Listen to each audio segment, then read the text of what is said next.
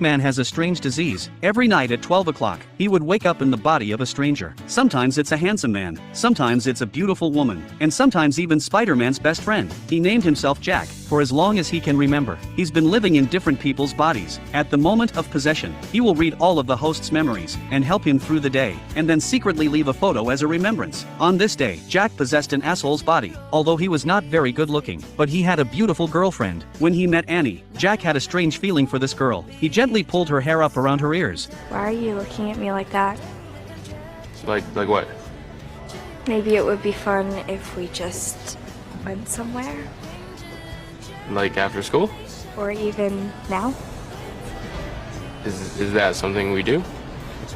Well, couldn't it be?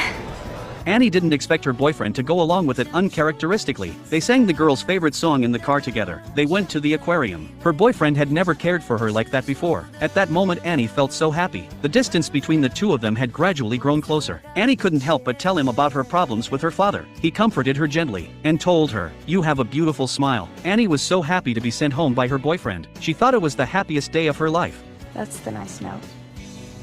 Also, your mouth tastes so much better when you don't smoke. I'll try to remember that.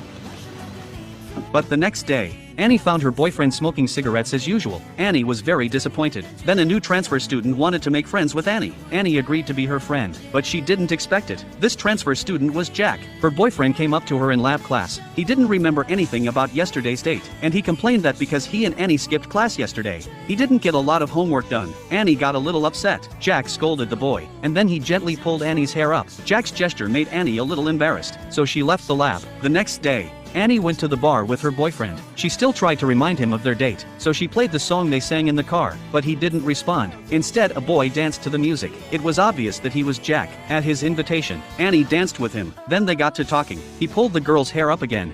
I just know that you can be attracted to way more people than you think. How do you know?